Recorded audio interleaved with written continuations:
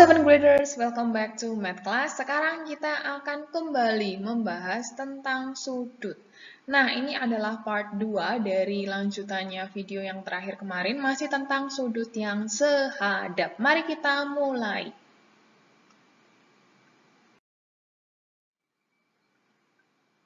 Oke, masih tentang sudut sehadap ya. Tadi Miss sudah bilang ini adalah part 2 dari sudut yang sehadap. Berarti kalau di video sebelumnya kita sudah belajar tentang pengertian dan juga how to identify the corresponding angles. Jadi sekarang kita akan fokus untuk menentukan besar sudutnya. Ya, kalau ada kata besar sudutnya berarti nanti kita akan berhubungan dengan angka. Gitu, ya. So let's start. Oke, sebelumnya Miss mau review dulu nih, pasangan-pasangan sudut yang sehadap.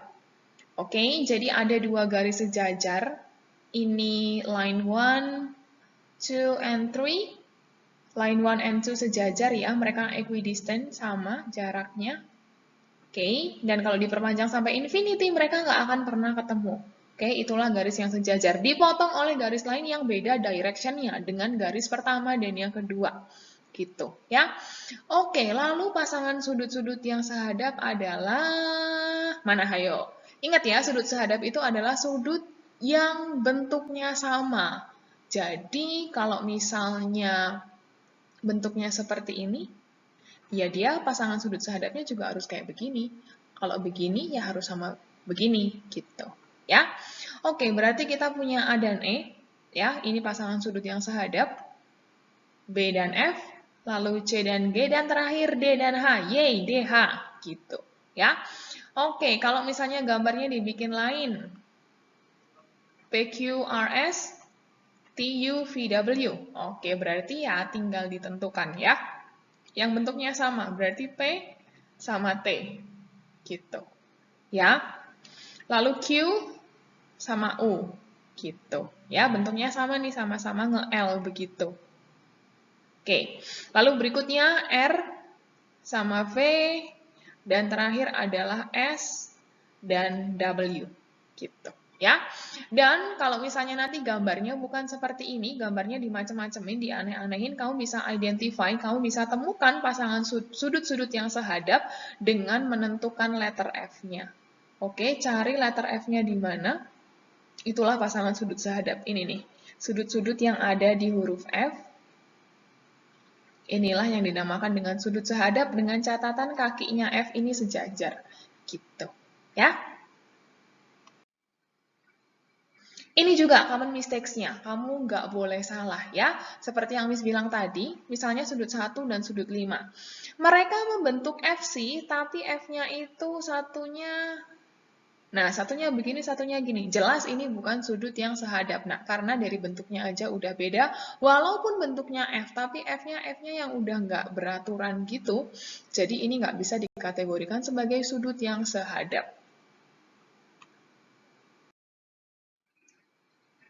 Nah, sekarang kita mau lihat nih. Setelah kita tahu, kita bisa identify pasangan sudut-sudut yang berkorespond satu sama lain, corresponding angle.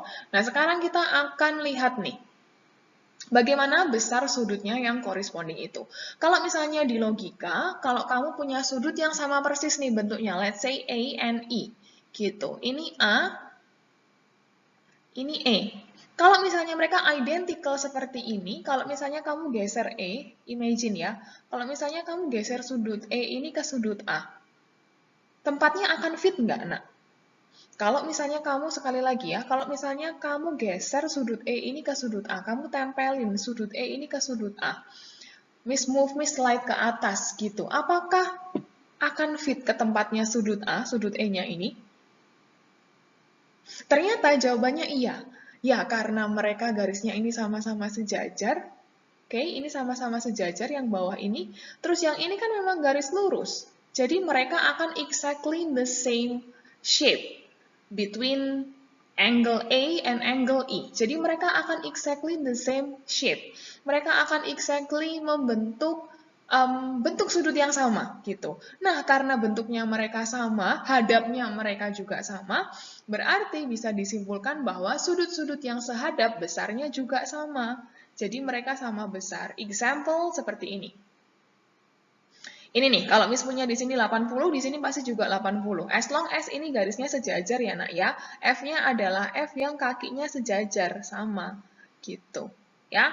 Nah, lalu ini yang oranye ini. Kalau ini 111, berarti di bawah juga 111. Nah, ini F juga nih, gini. Dan mereka sejajar kan? Oke, yang merah nih. 125, di sini juga 125. Again, ini ada F, dan ini sejajar gitu ya. Nah, terakhir the green one. Ini kalau di sini 96, di sini juga 96. See, di sini F lagi. Gitu ya, dan ini sama ini sejajar, mereka sama-sama garis lurus. Jadi disimpulkan bahwa sudut-sudut yang sehadap besarnya sama. Gitu. Ya, karena mereka bentuknya tepat sama satu sama lain. Exactly the same exactly the same shape gitu. Ya, jadi mereka besarnya sama, gitu. Okay, let's have a look at the example 1. Oke, bentuknya nggak bentuk yang dasar, ada dua garis sejajar terus dipotong oleh garis lain, tapi nggak apa-apa ya. Kita belajar, hitung-hitung, kita juga review, identify di mana sih sudut sehadapnya, gitu ya. Ini ada beberapa sudut yang terbentuk. Lalu di sini diketahui 85 derajat dan di sini adalah A. Oke, yang ditanya adalah, oke, dan di sini juga ada B ya. Yang ditanya adalah find the value of A and B. Oke, pertama kita cari A dulu. Nah, seperti yang sudah bilang di video sebelumnya ya, di video yang bertolak belakang maksudnya. Ketika kamu mempelajari sudut yang bertolak belakang, kamu nggak bisa lepas dari sudut yang bersuplemen. Sama juga ketika kamu mempelajari sudut yang baru, nak, sudut-sudut yang lama itu nggak bisa kamu lupakan karena however nanti mereka akan ada hubungannya satu sama lain. Ya, kita lihat nih sudut yang A ini. Gimana bisa dicari kalau misalnya kita cuma berpedoman pada sudut yang sehadap? Nah, kalau kita pedomannya cuma sudut yang sehadap dan kita nggak ingat prior knowledge kita yang kemarin-kemarin tentang sudut yang bersuplemen, sudut yang bertolak belakang, akan kesulitan. Karena kalau kamu cuma berpegangan sama sudut yang sehadap I mean, ini kan nanti sehadapnya sama ini. Lah ini sama-sama unknown, ada A, ada B ya. Kita nggak bisa hitung dong, Miss. Ini sehadap lagi sama ini. Lah ini kosong. Berarti kamu harus minta bantuan sama sudut lain yang sudah kamu pelajari sebelumnya. Oke, we know ini garis lurus. Oke, kita tahu ya ini garis lurus. Walaupun Miss menggarisnya nggak lurus, tapi maafkan karena ketidaktersediaan penggaris aja makanya nggak lurus gitu ya. Ini kita punya garis lurus. Again nggak lurus, sorry ya. Ini garis lurus. Lalu di sini ada 85, A-nya bisa dihitung nggak? Bisa dong. Berarti A sama dengan berapa? Iya, karena ini garis lurus, berarti kita harus minta bantuan sama si sifatnya supplementary angle. Iya dong.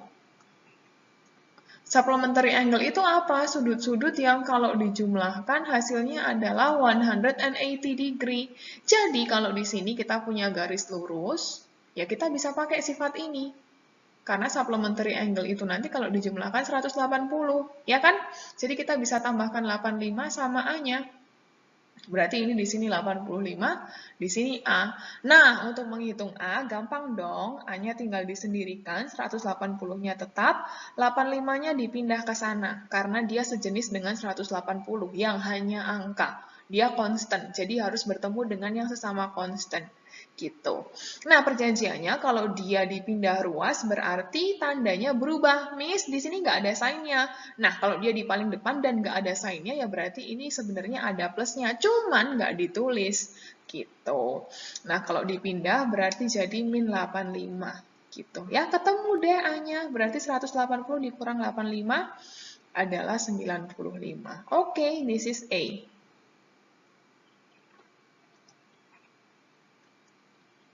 Nah, berarti udah bisa ketemu nih, A adalah 95. Oke, nah cara cari B-nya gimana? Nah, di sini baru kita akan menerapkan yang namanya sudut sehadap. Atau apa tadi nama lainnya? Corresponding angle. Kalau kamu perhatikan, sudut A ini, Miss akan hapus ya coret-coret yang ini tadi. Oke, kalau kamu perhatikan sudut A, sama sudut yang ini yang ada B-nya, itu kan F ya nak ya. Nih, Miss akan gambar supaya kamu lebih jelas. Nah, terus ini garisnya sejajar lagi. Ini, tanda ini namanya adalah garisnya ini sejajar. Gitu, demikian juga dengan yang ini dan ini. Artinya sudutnya itu sejajar. Sorry, garisnya itu sejajar. Nah, di sini ada A. Ini F ya, setuju ya, ini F. Terus di sini ada 8B plus 15. Tadi kan teorinya sudut sehadap itu besarnya sama. Ya udah berarti tinggal disamain aja. Berarti sudut yang atas sama dengan sudut yang bawah. Nah, sudut yang atas itu siapa? A. A-nya berapa? 95. Sama dengan 8B tambah 15. Miss, kenapa B-nya di kanan? Ya nggak apa-apa, biarin di kanan. Pokoknya usahakan mau dia di kanan, mau dia di kiri. Yang penting yang ada hurufnya, yang ada variabelnya itu usahakan sendiri. Gitu. Jadi ini tinggal 95. Nah, 15-nya bisa dipindah nih ke sini. Ya, dari yang awalnya plus 15 jadi min 15. Sama dengan 8B. Gitu. Ya. Berarti ini 95 dikurangi 18, sorry, 95 dikurangi 15 adalah 80 sama dengan 8B. Nah, supaya bisa jadi B sama dengan, berarti kita harus bagi dengan 8 dong, supaya nanti bisa di-cancel. Oke, ini 8 sama 8 bisa dicoret, berarti di sebelah kanan tinggal B. Oke, di sebelah kirinya tinggal dihitung ini berapa, 80 dibagi 8 hasilnya adalah 10. 10 sama dengan B, ya udah bisa dibalik B sama dengan 10. Gitu, ya. Jadi inilah hasilnya, A sama dengan 95 dan B hasilnya adalah 10. Seperti itu, ya. Yang penting seperti yang Miss bilang tadi, ketika kamu mengerjakan sudut, itu pengetahuanmu tentang sudut-sudut yang lain yang pernah kamu pelajari sebelumnya jangan dilupain. Gitu ya, karena however itu akan membantu kamu dalam menjawab pertanyaan sudut yang makin hari itu makin kompleks gitu. Ya, yang sifatnya makin banyak, jenis sudutnya makin banyak, that's why your prior knowledge about the previous angles itu jangan dilupakan. Gitu. Ya, oke, next move to the second example. Oke, sorry ya, ini ternyata ada tulisannya sudut-sudut yang sehadap besarnya sama. Oke deh.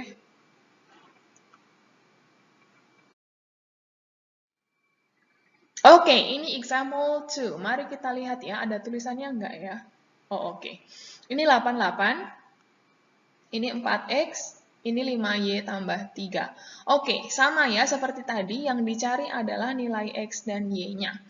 Oke, kalau kita perhatikan ini ada X di sini dan ada Y di sini. Nah, inilah yang ditanya X-nya berapa, Y-nya berapa. Gitu ya. Kamu cuma dikasih bekal satu, ini angka 88 di sini. Yang benar-benar angka J, nggak ada variabelnya. Gitu. Jadi cuma 88 yang bisa kamu andalkan. Oke, nah berarti kalau mau mencari nilai X-nya, saya nggak bisa lihat koneksinya di mana. Saya mau cari Y-nya dulu, boleh? Mari kita cari Y-nya ya. Nah, nak, kalau kamu perhatikan, ini antara 88 dan 5Y tambah 3, mereka bentuk letter F loh. Nih. Ya toh? Kalau kurang jelas, Miss akan gambar di sini. Nah, ini dan ini. Mereka sejajar nih.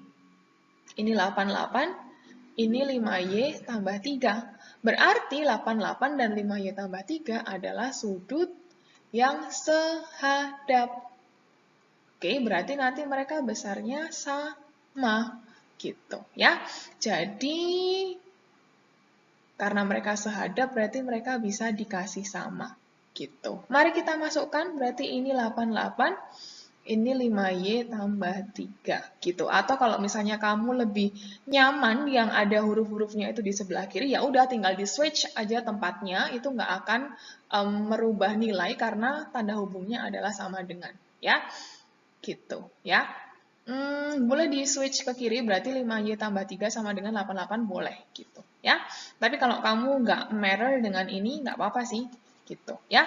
Oke, ini yang ada variabelnya disendiriin ya, jadi 5Y-nya sendiri, plus 3-nya, maaf, kamu harus pindah ke sini.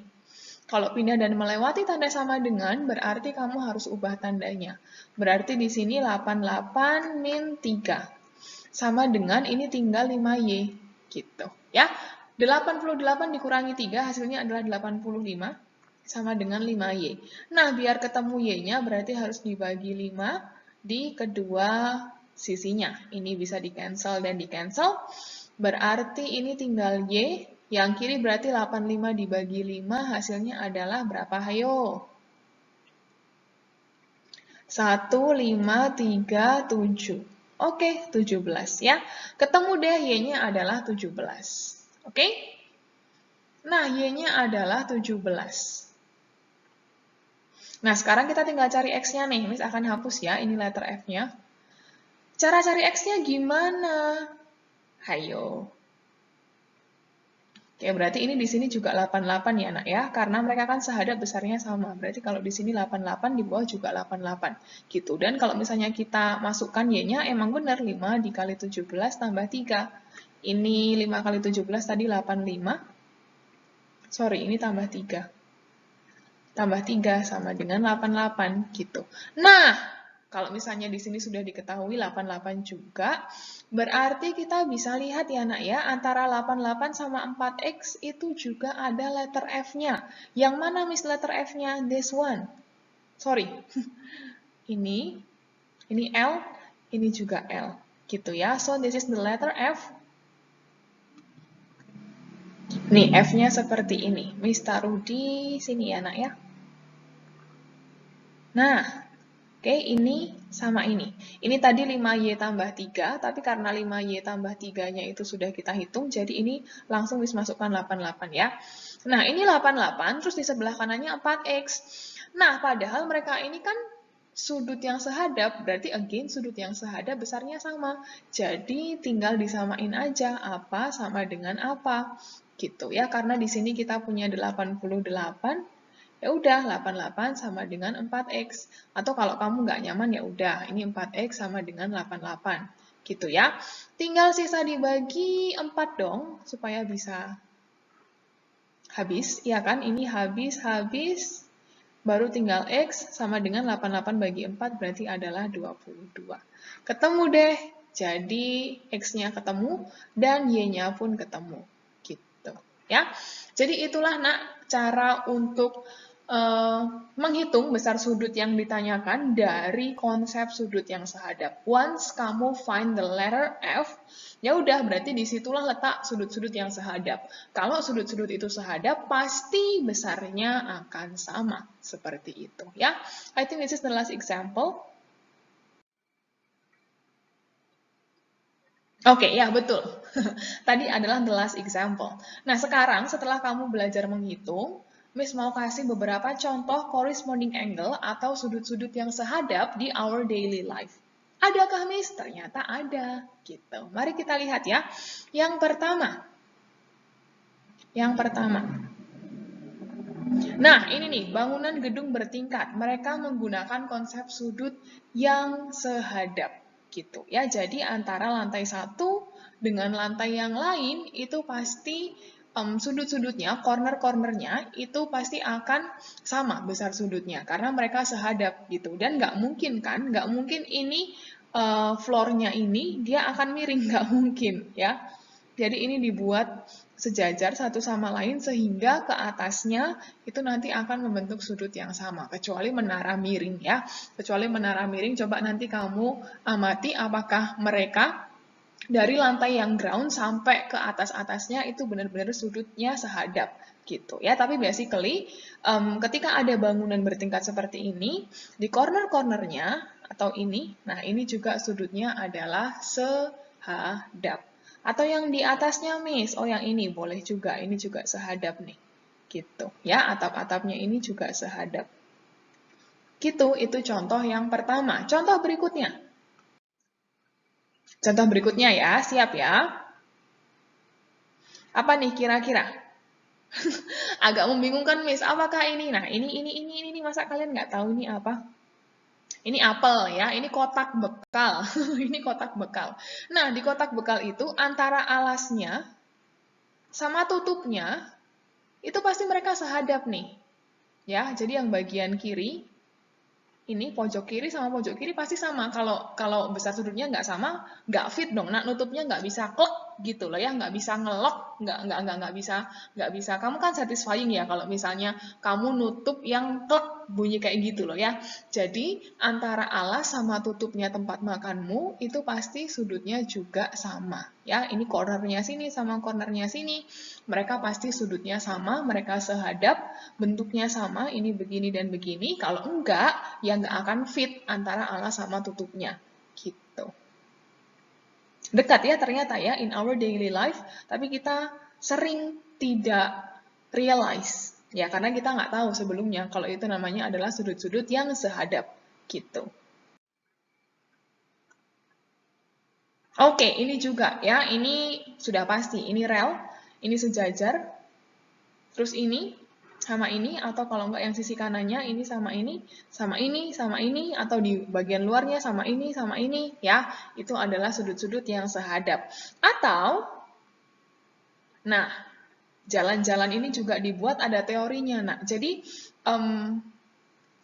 orang yang bekerja di bagian teknik sipil, nanti kalau misalnya kamu kuliah mau mengambil itu, itulah nak, gunanya kamu belajar math untuk kamu punya pengetahuan di bagian sipil, seperti itu. Nah, orang-orang yang bangun jalan itu pasti juga consider lebarnya harus seberapa, supaya nanti ketika dia diperpanjang, jalannya itu panjang, dia nggak nempuk sama jalan yang lain, dia nggak tubrukan sama jalan yang lain. Makanya dalam dia bikin jalan, lebarnya seberapa, menggoknya harus seberapa, miringnya, itu mereka juga consider tentang sudut yang sehadap ini. Ya, supaya nanti nggak ketemu jalannya, mereka akan direksinya ke sini. Nah, mereka mempertimbangkan itu. Ya, ini adalah persimpangan-persimpangan jalan yang dibuat berdasarkan sudut yang sehadap. Gitu, ya. Oke, satu lagi ya, ini ya, kalian yang suka main benda ini, nah ini juga banyak sekali sudut-sudut sehadapnya. Nih, ada yang merah, the red one, sama the blue one. Atau di sudut-sudut yang lain.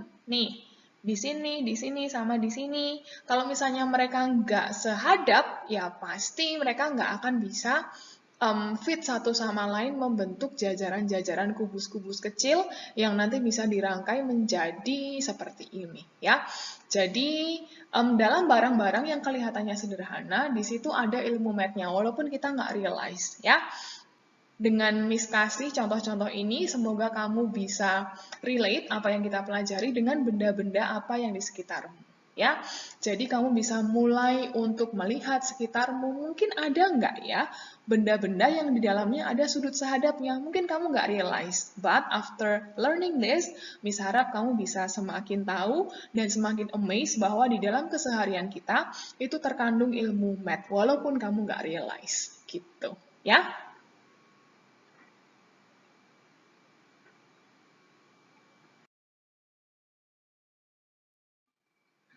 Oke, now this is the time to exercise. Silahkan kamu lihat, kamu punya agenda, dan silahkan dikerjakan exercise-nya.